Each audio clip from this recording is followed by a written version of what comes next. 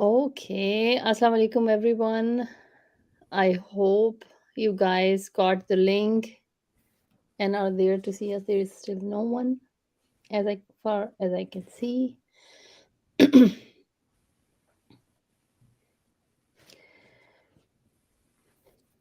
I would just wait for 30 seconds and then we can start Mm-hmm. so that we can get some audience to watch and listen to us. I guess we can also just wait 1 minute because Yep, sometimes it takes some time for people to kind of log in, tune in, and so yep, on. sure. Yes, we can do that as well. But it's nice that we are covering a topic which has been a hot topic all the time, I would say, for so many people. And it's good that you joined us so that we can literally get into things. Okay.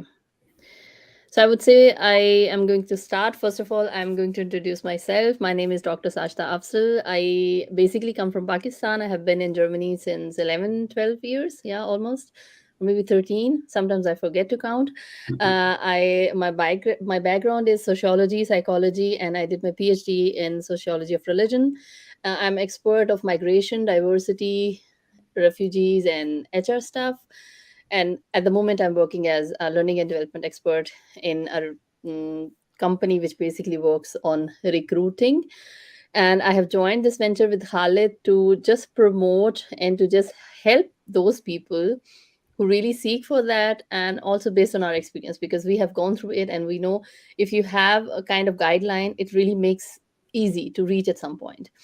And in that regard, today's session is also one of the important sessions where we are going to talk about job application documents. We have been receiving so many requests to talk about these things, and I'm sure that you all would like this session because we have with us Adil Ilyas, who has been working on scholarships, very very talented person, has been working in three different vast areas: Asia, America, and Europe. And he has been working last few years with a German company, but now he switched to company from USA. So he has a very vast and very international background.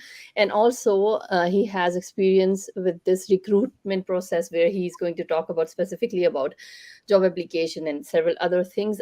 I can say a lot about him, but I would give opportunity that he goes on and tell you a little bit more about himself. So Adil, over to you now. Sure. Thank you. First of all, Salja, thanks for having me. So, yeah, as she said, my name is Adil. I am originally from Sialkot in Pakistan. I did my high school from Pakistan, actually, from PF College Saboda. Back then, it was FSC pre-engineering. I was selected as a fighter pilot in the Air Force, but I had kind of other interests. So I was like, let's just go abroad and kind of pursue higher education. So I moved to Italy back in 2011.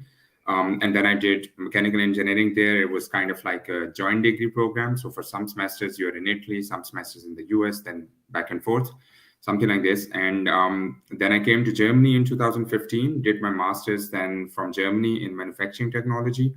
So background is, in a nutshell, mechanical and then manufacturing production, this side then. And then I started a trainee program at Bosch, at one of the German automotive companies. And it was a pretty good experience in a way that you get to work in different departments in different areas. So for me, it was mostly engineering, or let's say R&D. Then it was manufacturing, quality, and sales. So more or less different fields in the supply chain and different locations in Europe as well as in the US. So it was a good experience, let's say, in terms of first having experienced studying in different countries, mostly on scholarships, and then later working in different cultures. And I guess a major thing in this regard was always kind of like how you approach different things, especially when it comes to applications, because you have to understand the local culture, the way things are done there. So for instance, let's say your application documents, you have to see what the norms are in that country, and according to that, then you try to avail those opportunities, something like this. And so those 2 years, then afterwards worked 2 years in quality head offices. So looks like, let's say, quite some different fields other than IT. or ICT, but throughout my career, I was trying to mostly work on digital transformation. So it was like I was responsible on the process side, mostly working with IT people who were then delivering those IT solutions. But you were then responsible to kind of like understand the business needs and then translate them into IT terms to the IT team, something like this. Um, and then just recently, some months ago, I switched to P&G. So at the moment, I'm working at Procter Gamble in Frankfurt, and here I'm responsible for technical readiness lead. So in simple words, it means whatever R&D develops as a product, then later you have to make sure that okay, how can manufacturing then later manufacture this thing? So you have to develop the processes, you have to develop the equipment, and again, nowadays, because of the connected industry, IoT, and so on, you deal a lot again and again with the IT topics, something like this. So, all in all, I would say the kind of like the key word here would be to go out of your comfort zone. So, first going abroad from Pakistan, then kind of like being in different places, and then coming from a mechanical background, but mostly working in digital transformation and so on. So, in the beginning, things look hard, but sooner or later you get hold of it. So in that sense, then yeah, so far it has been working pretty good. Thank you so much. And I could see that your journey has been pretty long and pretty interesting. It sounds like a roller coaster to me that you just go from one point to another and then just switch ahead. And I would say this teach people also, and you as a person, that what is the importance of everything what you have and how you are going to achieve it. Because at the moment, I would say the industry, it doesn't matter which one, they have grown so much, there is so Yeah, much experience, people are coming from all around the countries in like big places. Europe is a kind of hub for everything. If you talk about USA also, that. And also I think as soon as the competition increases, you have to really sit and watch to yourself, okay, am I capable of that? If not, then how am I going to do it? yeah, Because you are not going to sit and watch and let people just run on you, because you really have to stay in the race. And I think what you have done is also one of the brilliant things, because you have also stayed with company when you thought that okay, this is something where I could develop myself. And if not, then you have switched the company. And that is also one of the decisions which I would say professionals at some point have to make. And there also they need to know what are my capacities, what are my capabilities, how am I going to present myself. If I talk about the recruitment process, it's pretty long. So today, if we see our agenda, we are going to talk about resume or CV and little bit in a cover letter. As you all can write your comments, so when you have question, you can write in it. After doing one section, we will just go towards your questions and try to answer them as much as we can from both of our sides, and mhm, really try to help you in things. For that, I have prepared one thing. I would really like you all to just take your mobile phones in your hand, and I'm going to show you screen. This thing is called Mentimeter. Khalid used it last time. I hope you are aware about it. You just have to go to this website, www.menti.com, and you have to write this code. And there is one thing you have to answer there. What is the most important document for job application according to you? It could be anything. You can write two, three answers. I think I have chosen that, but one is also enough. So please go on to this website, give this code, and write your answers. We would see the answers here, and then we go on to the next section. In between, everyone is answering. I would like to ask you a question. You said that you have been working in German company and also now switched to a company from USA. Do you see a huge difference between the cultures? Because you just also addressed the topic norm. yeah, definitely. So I was working for a German company in Germany as well as in the US, and then the other way around. So an American company then in Germany. I would say if we kind of summarize it in 2 to 3 points, in Germany or German companies, things are mostly very structured. They like to plan everything in detail and so on. In the US, the approach is more like, kind of like, okay, we have something, let's get started, and then we will learn along the way. I mean, both of Mhm. these things, they have their pros and cons, of course. Other than this, then in Germany, mostly people are not with the kind of like the first name basis. So the culture mostly is a bit more formal, I would say. In American companies, it's a bit more informal. So Hmm. people go with the first name basis and kind of like also with your managers and so on. Especially, I mean, very opposite to what people are used to in Pakistan. So your Hmm. manager is not really your boss. It's kind of like, okay, you're my manager, but I can be very open and frank with you at the same time, something like this. Yeah. Yeah, you really said right. I also have seen while working with with the mini jobs and also with my full-time job and also interacting with such big companies, and I could really see that here you can really talk to your boss. It doesn't matter. It doesn't matter at which level you are. It doesn't matter if it's a lower or high. You can always have your say and people will listen to you. Of Yeah, course. And that is something which makes you feel like pleased, because sometimes I have also worked in Pakistan for 2 years in different fields. I was missing this thing. I was missing this value of my say. And I think this is something which also makes you like feel very comfortable being in a company where people could listen to you, where you can be seen also. true, Yeah. true. Okay, so as I could see, there are several answers which came here. And if you see in this cloud, the things which really pop up pretty openly is a CV, cover letter, a resume, communication skills. And we see also a little bit about work permit, certificates, qualifications, recommendation letters, professional looking CV, LinkedIn profile, very nice, tech skills, certifications, work experience. Wow, very nice. Perfect. Thank you, everyone who took part in this.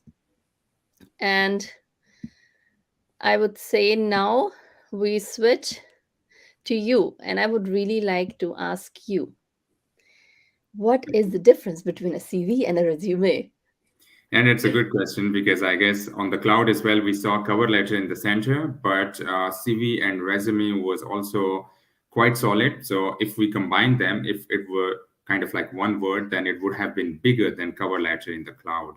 So I would say then this most people think is the most important document in your application, and that is actually true.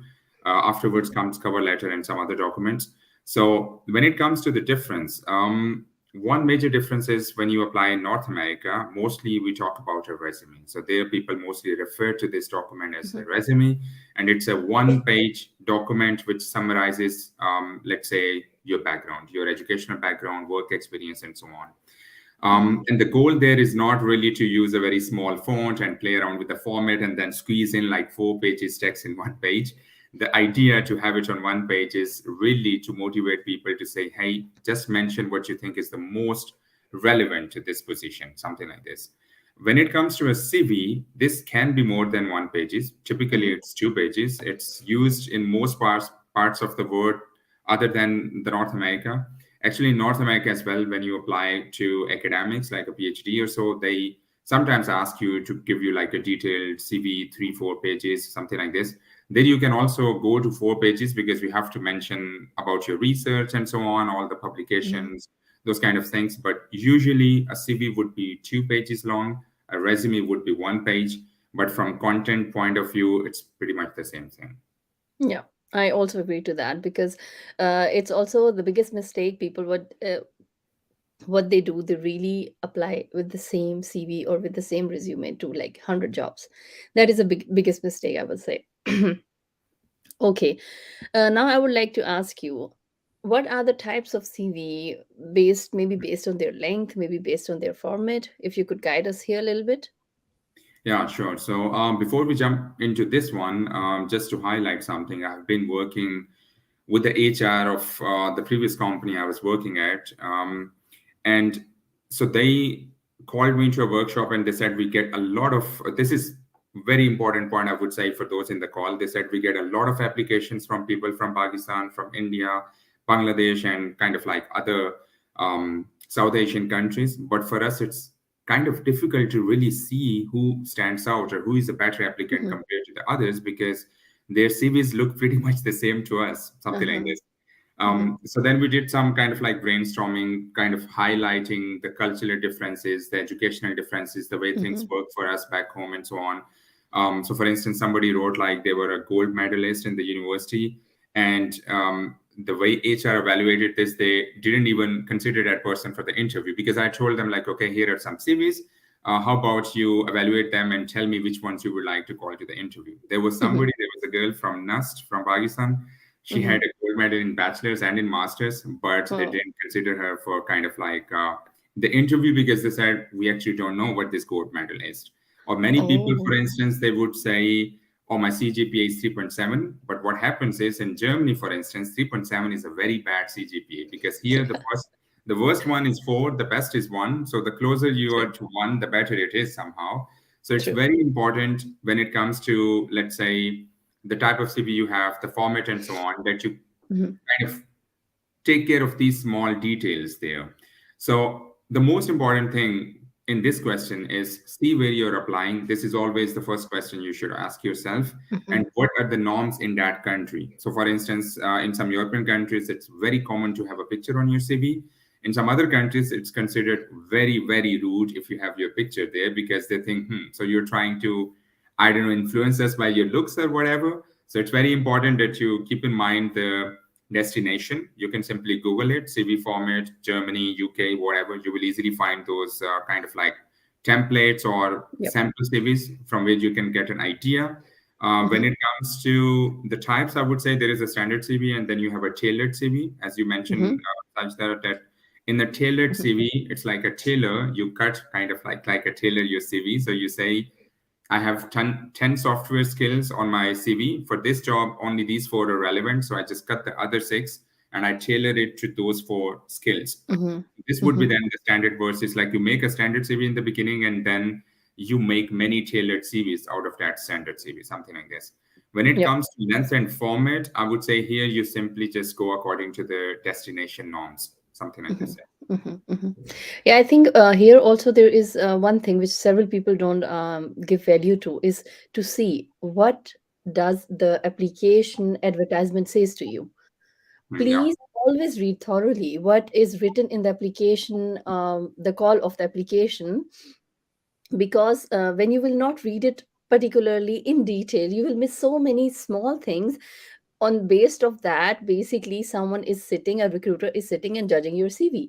So you can even use the same kind of words. It is not necessary that there is one question from Amna Abdurrahman, that in Germany should we add a picture to the CV. Technically it's not a must. No one will ask you and no one could or should ask you. But the thing is, when in my company specifically, we have been working since 7 years with the people from international background. So we really have it, it really gives a different impact when you see someone's yeah. face on the CV, specifically in Germany, because Germany is pretty open. They are not going to be racist because you look different than they are. So there, if you have a picture, but the picture should not be your selfie or something, it should be a professional picture.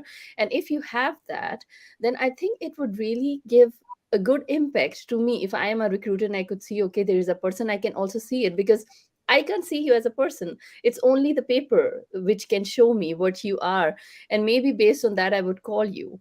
And I also have been socially helping several female which are doing taking hijab, using hijab. Even their photos with hijab, they also got called. So it's not something, I would say, specifically talking about Germany, because my experience is more in that in that treasury area. And I would say that in Germany, I would go with the picture.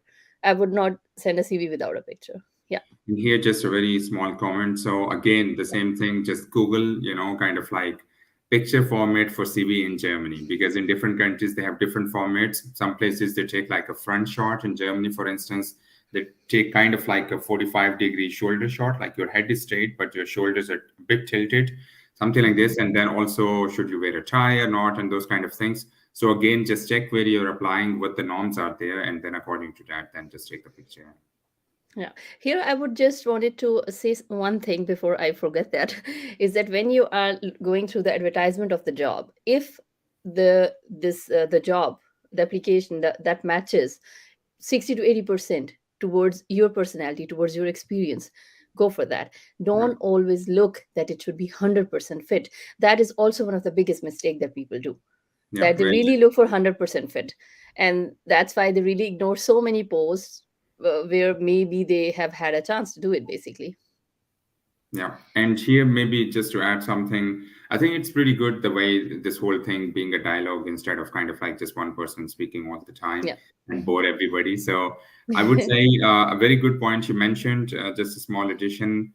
Um, yes, you should look for 60, 70%, but when it comes to some points, let's say when it comes to language, if you see a job post from France in French or from Germany in German, for example, and the post itself is in German, and then for instance mostly we just translate it, and then one of the points is usually you should have good English skills. So people think, okay, good English skills, I have good English skills, but they forget that they have translated the whole post from German to English.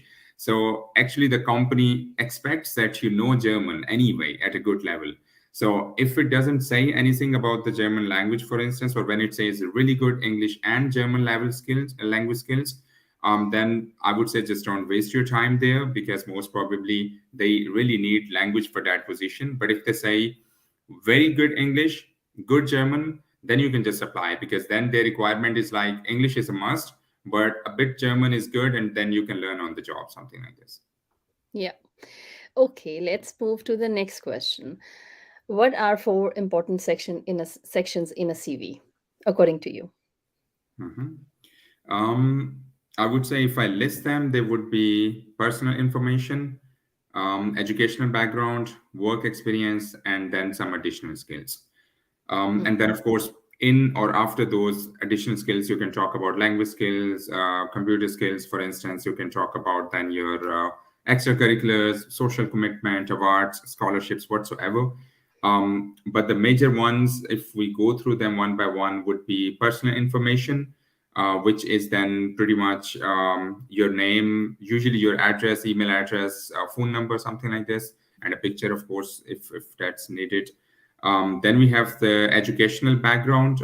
There again, then um, you should try then to just kind of highlight the most important things. And also, if your grade is good, then write it, but also give some reference like this is the minimum and maximum, something like this. If it's not good, then just don't write it, then it's okay. You can write some important projects, you can write your final year project, and so on. And if you say there is nothing important which I can write, you can just list literally some study modules there just to have something there.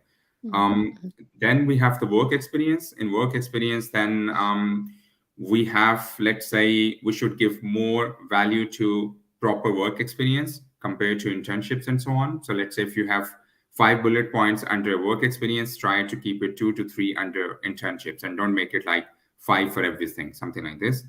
Then we have the additional skills. Most important ones there are the job related skills. As you also mentioned, Saj, that go through the job post and see what skills they need there other than education, and then see which ones from your skills are most relevant there. And one very important thing here is like when, for instance, let's say when it comes to the skills, don't just mention 10 skills there, but also say this and this skill, I'm at basic level, here I'm intermediate, here I'm advanced, so that then the hiring team gets a good understanding of what they need and where you fit, then something like this. And then after this, of course, you can add references, you can add then extracurriculars and whatsoever. Yeah. Yeah, perfect. And what should be kept in mind while writing these sections? Like, what is something which is really very important? Mhm. I think some of the things I already covered in the previous Yeah. question. So, if we say the most important things in these sections, I would say education is relatively easy, because they might not really go through all the projects or modules you have under your education section, especially if you have 2 to 3 years or 5 years of work experience. So, in that sense, it's more important to work on the work experience section, because my experience of having been through more than 2000 CVs, guiding people, this and that in the last 7 to 8 years.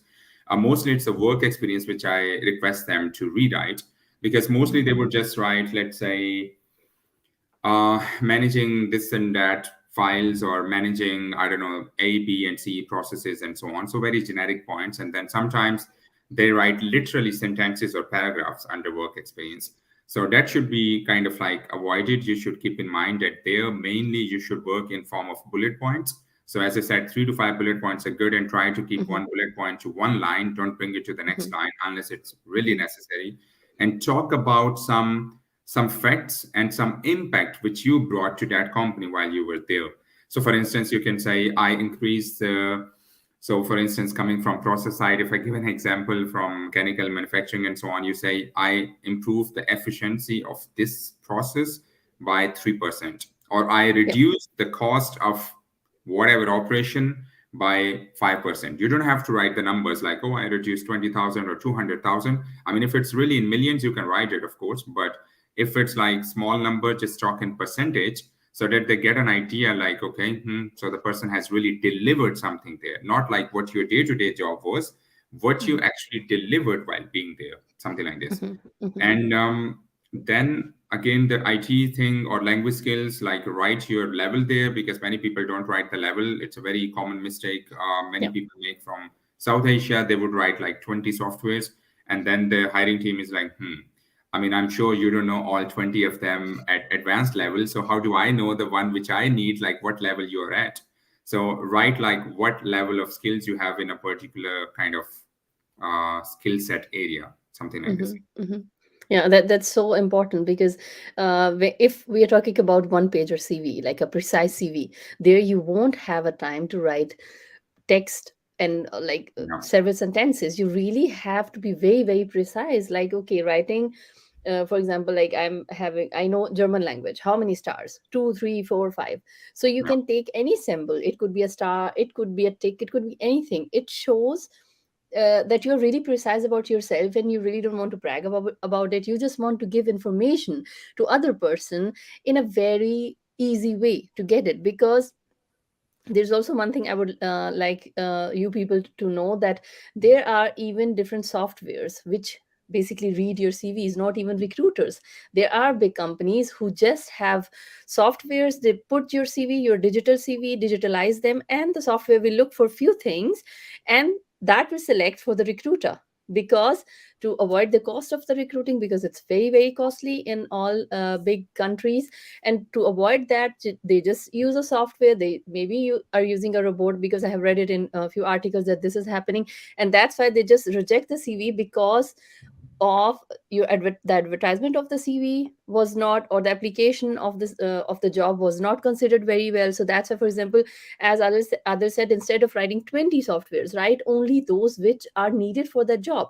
It's okay, you can tell about your 20 softwares when you go for the interview. Always keep something also for the interview, because it should basically increase the curiosity of the recruiter. Okay, this person knows these five softwares on advanced level, what else this person knows? So it will basically increase a thing to just know about that person. It should really make the person feel and see that, okay, this person is basically doing this thing, and we are capable to find out more about this thing. Because getting the interview call is not very easy. I have recently read a post about a guy who has applied for 100 jobs, believe me, and he haven't got a single call for an interview. And it's not that it's his mistake. Of course, there are so many things, so many variables which are in there, but few important things which we are talking here are really very, very important. We are getting several questions. I would add them as soon as we are finished with our major questions. Then I would go through the questions which are coming from the public. Okay. Next thing I would like to ask you are, what are three major soft skills you think could help someone to get a job in comparison to the other person who has the same education, who is also a gold medalist? But what are the three major soft skills which you think could help a person to go a little one notch higher than the Mhm. other person who has applied? Actually, this is very much in direction of what you were saying, Sajida, that sometimes they have these bots to really go through the CV or just run it through a software.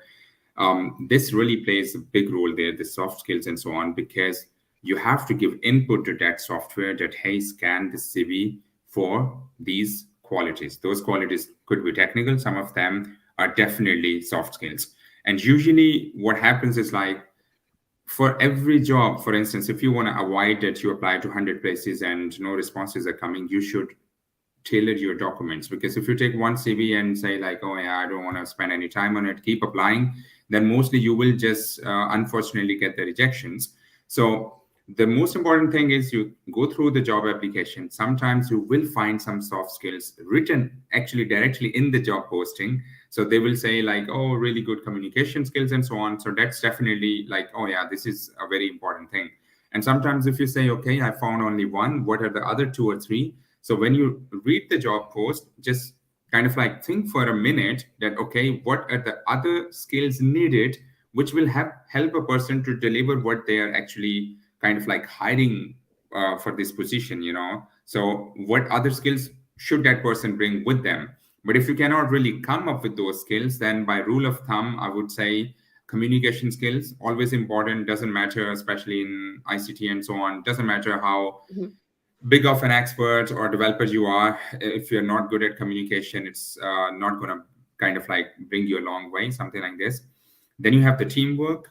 They don't want a person who is difficult to manage or and doesn't kind of like, you know, play along with others and so on, because for big companies it's always a team play, not a one-man show, something like this. And the third one, of course, if you want to go more later on towards management, or if this position somehow asks for leadership, then you should move towards leadership. If it's not the case, then of course you should then move to somewhere else, some other skill which you think is somehow the most relevant for that. And here then, just one last point, that the goal is not to just write in your CV good communication skills, leadership, management, and so on. This literally adds zero value to your CV, not even zero point 0.1, because everybody can write on their CV communication skills. No one cares, because just reading that, I don't know how good your communication skills are. So if you want to show them through your CV, then show them from your work experience action. So for instance, you say, I led a team of, I don't know, 20 people and we delivered ABC, blah, blah. That indirectly shows you can lead a team, you're good at communication and so on. So this is then the trick, let's say, to include 2 to 3 major soft skills in your CV. Yes, that's so good. And this is the way to highlight your soft skills, which are basically important for any role in any company. And I could maybe add one to like problem solving skill. This is also very important, specifically when you are applying to a company which is not a huge one. You can go with these things because small companies always face kind of little issues in dealing with their own people, in just going a little bit bigger from the small scale to bigger scale. There, if you have a problem solving skill, I think it's a very good way to approach that. Perfect.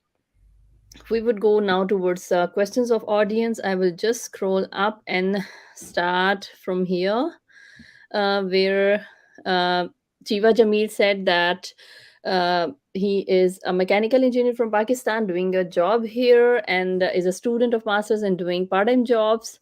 How should I make my CV resume in English or in German? Or also I'm a mechanical engineer as well. So would you like to say something here? Yeah. So I would say, of course, you should make your CV in, I mean, if you're applying in Germany, then in German as well as in English. So if the job posting is in German, you should send the German CV. If the post is in English, you should send the English CV then. But of course, when you make your German CV, you should get it checked from, you know, some native person, because mostly if you just use Google Translator or DeepL or whatever to translate it, uh, some things might be very confusing for the hiring team to understand.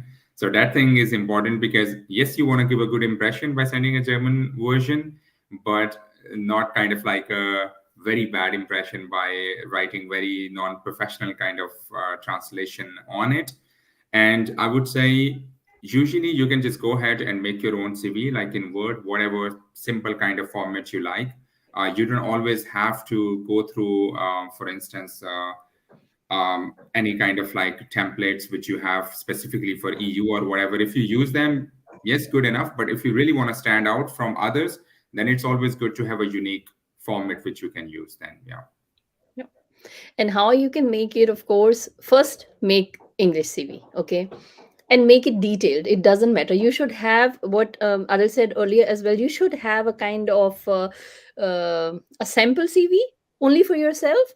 Make it in English, and even if your English is not that open, just write some Urdu stuff or Hindi or whatever, which helps you to basically explain that point in any company in any way where you want to apply.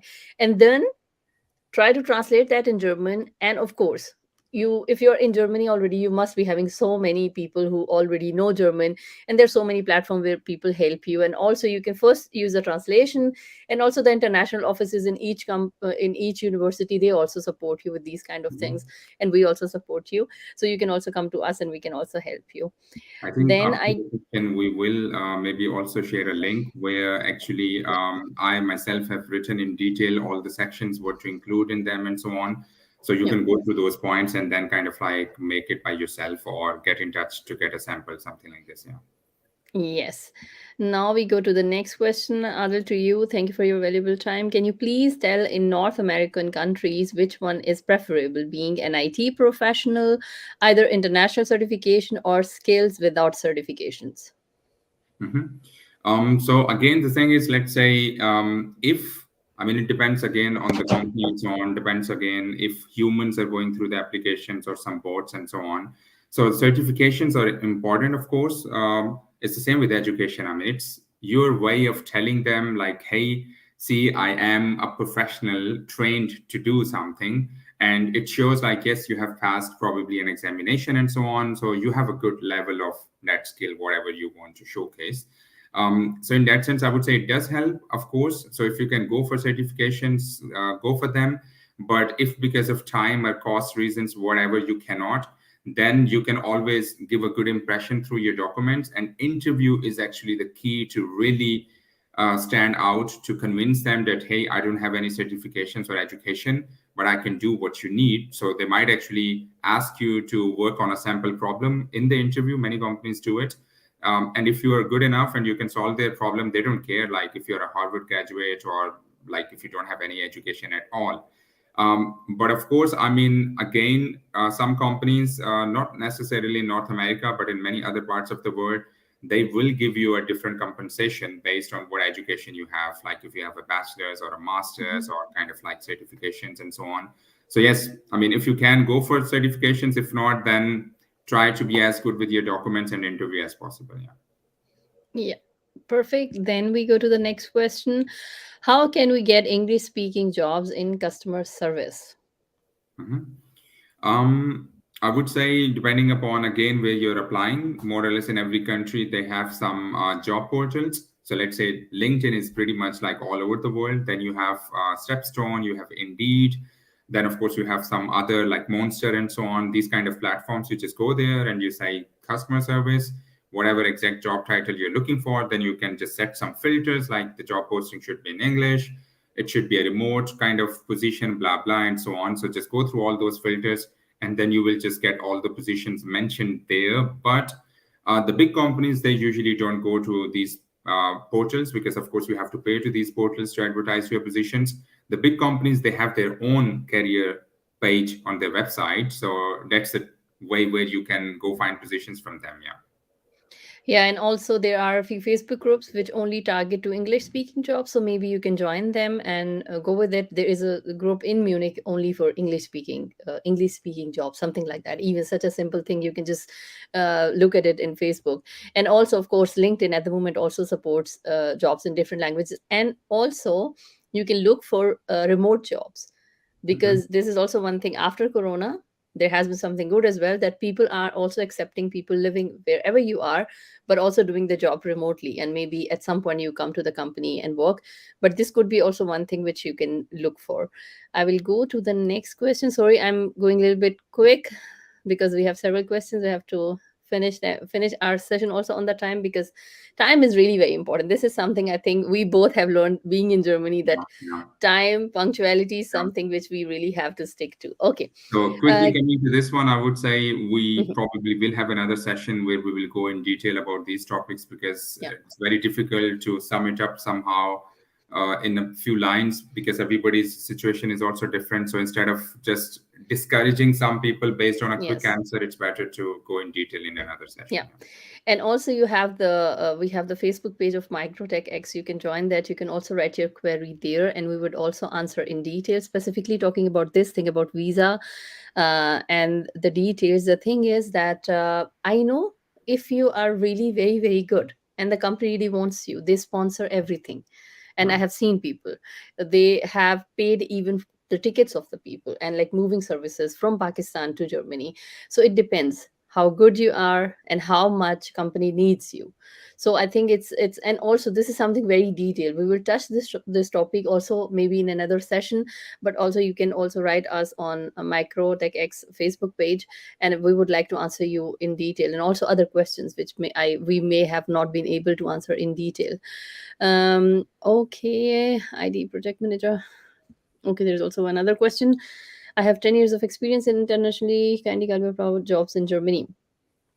Applying Mhm. jobs, I think how to apply that we will do another session, because today we are focusing on job application documents and how you can apply to the jobs. That is another section, but if you want to answer on this in some seconds, you can for sure. No, I think I was just going to relate it with the previous one in a way that, for Yeah. instance, this is a good point for the previous question as well, that if you have a good experience, but in a specific niche, so for example, IT project manager, they can find project managers in IT from Germany easily. Companies can find them from EU easily.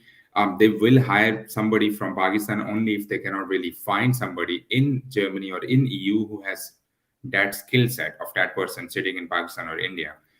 Or sometimes you're just lucky, maybe no one else has applied, so it can be kind of luck in that sense. But yes, I mean, we need a detailed session to see how exactly we can kind of like apply to those jobs then. Yeah. Yeah, there is also someone asked about the sponsorship of the visas. Mhm. That is also a separate topic, because this could be done, but how, via whom, and what are the requirements? This is also a very long topic to talk about. Yeah. It's not that we are ignoring your questions. We just don't want to give you a lame answer. That's all. And then, okay, this is one of the questions which I think we can answer. Can I get an IT job in Germany without knowing German? Could you please tell me how much experience is required to get a job in the IT field in Germany? Yeah. So I personally know some people who actually don't speak a word of German, and they moved from Pakistan to Germany. Mostly it was because they were working for some good American or European companies in Pakistan. So companies see like, I don't know, let's say Microsoft is like, oh, this person has been working at Google, although in Pakistan or wherever, but at Google. So they're like, yeah, they're up to something. So that helps, of course. Um, yes, for many jobs in IT, you don't need German. That's true. And then how much experience? Yeah, this varies then. So, for instance, for domains which are relatively new, where it's not very common to have experience in the market, there it's enough even if you have 2 years experience or even 1 year. But for those domains where, let's say, they can easily find people here as well, then comes more about kind of like horizons of your experience, like how many dots you can really connect from a business environment with your experience. So then, of course, if they see, on average, we find 5 years experience in Germany, this person has 12 years or 10 years. So they know those things from 5 years, plus, kind of like a lot of other challenges they faced in the other 5 years. So it always depends. I mean, don't say like, oh, I have only 2 years. There is a set rule of 5 years. That's not the case. Mhm, mhm. And also about the knowing German language, as he said, because IT companies are dealing internationally and there are mostly international people working in IT companies. So in the very start, I don't think you really need a lot of German. If you need a little bit, it's okay. But it's good to have the knowledge, because the people with whom you are working, they are also Germans, and the company environment, the team meetings, they could be in German, and if you don't know anything, it will just fly away from your head. So it's not good. But if you are very highly qualified working with different companies in Pakistan already, just want, or in another country, and just want to switch to a company here, so there I think they would be reluctant to you as well. But if I would say the level of the language B2 is the middle level, and I think if you have B2, you would be able to have a very good conversation. There is also one question regarding our thing is, I'm currently applying to the jobs and read some articles on how to apply. The one thing is targeted that in work experience, you should show some numbers, like led a team of X people, increase the same by Y%. You already talked about it. Is it necessary? So, Yeah, I mean, this is what I covered in one of the questions, I guess. Because if your CV doesn't have this, your CV is no different than the other 99 CVs That's the thing. Because I mean, most of the CVs, they have generic things on them. And from education, yes, you can see somebody has a 3.8 CGPA. There is no way to see how competent you were in your job if you don't write these kind of numbers, because everybody says managing this and that, doing this and that. So that's why this is important then, yeah. Okay, so there are two questions. I would quickly go through that. How long does it take usually to get a job offer after final round of interviews? Mhm. Depends again, of course. Usually it takes 4 weeks, but you can also uh, tell them your situation, whatever it is. So, for instance, let's say you tell them like, "Hey, I got an offer from some other place, but my preference is like, come work for you. So it would be really nice if you can tell me something by end of the week." If they can, they will. But if they say, "Hey, sorry, it has to go through certain people whatsoever, it's going to take 2 weeks." So it's always person to person, it varies. I mean, sometimes you might not hear something in 6 months. So always just get back to them after 2 to 3 weeks, I would say, to get an update. Hmm.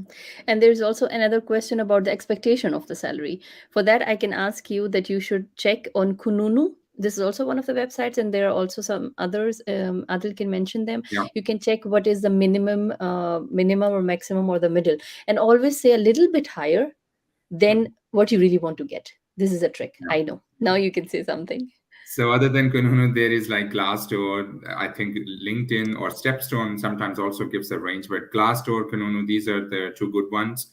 They give you a range. Like let's say they would say an IT project manager working at XYZ, whatever company it is, they would say usually they make from this to this depending upon the work experience. And I would say if you're coming from Pakistan, if you really know your worth, that's another thing. But if you're getting slightly low salary, don't necessarily reject it, because once you are in the system, by system I mean once you're in Germany, in Europe, and you have worked at a company for 1 to 2 years, you can always renegotiate your compensation with them, or you can always switch to another company for a better. I mean, I have seen people starting at 50 and then switching literally to 90 or 110. So it's not that you have to go from 50 to 55 and then 60 and so on. So try for the best, but at the same time, don't tell them something which is also very ridiculous for them. So know your Mhm. range from these websites, let's say, and from the market average, of course. Asad, you said about ATS compliance and the tools recruiters are using to filter the resumes. It is true. Mhm. They are being used. That's why we also highlighted that. And in a resume, should we include all the details? As Adil said already, maybe you have missed it. Don't add each and everything which you have done. Just write two sentences. Um, for example, like I have brought this company from this place to that, and then two or three bullet points. What was the highlight? Don't go with detailed things. No one has a time to do that, to read that. No recruiter has a whole day to read one CV. They just go through it and then pretty quickly. I know Mhm. it's hard to accept, but this is the reality, and we want to show you the real picture. We just don't want to build a castle in the clouds and then tell you, okay, everything is very good and go with that. No, whatever we have said today based on our experience and pretty, like I would say, 99.9% towards reality, there is always a chance of something not real. I'm going to post the link towards Adil's uh, post where he has written a little bit more information about the those things. We wanted to cover a few more things, but we are above the time, so I would say sorry for that. Khalid has already posted. Join the group, please. And also, just one more thing before I forget that to mention is that we are going to launch the platform in March, where all of you could, if you want to make your CV or make your credentials on the platform, and we would like to help you to get the job where you suit properly, and also train you if there is something missing. So if you are someone who just wants to change your career to this thing, so we would also be able to help you, but for that you need to wait until March. And please ask your questions on Microtech X. Khalid has already posted the link. And I would just say that it went really quickly, and I really could not realize the time. It flew away. And I'll thank you so much. It was so nice to have a chat. I think we really have to do several sessions, because we have cover letter, we have so many other things, so many other questions to talk about. So for all people who are listening or who will listen later on, please stick to that and wait for us to build the next sessions. and we just want to help you guys. This is the Yeah, only thing I would like to communicate to you all. So a no, few sure. last words from your side. Yeah, again, I would say thank you for having me. For those in the line, feel free to contact me on Facebook or on WhatsApp as well, on that blog post, or through other platforms as well. You can find me. Feel free to contact me. I think it was a good idea to just stick to CV in this session. In the next ones, we Yeah. can go to other documents. So yeah, all the best to you guys. Thank you. Perfect. Thank you so much. Have a nice day ahead and a nice week of start from tomorrow. And we wish you all a nice time and see you next time. Yeah, Bye bye. good.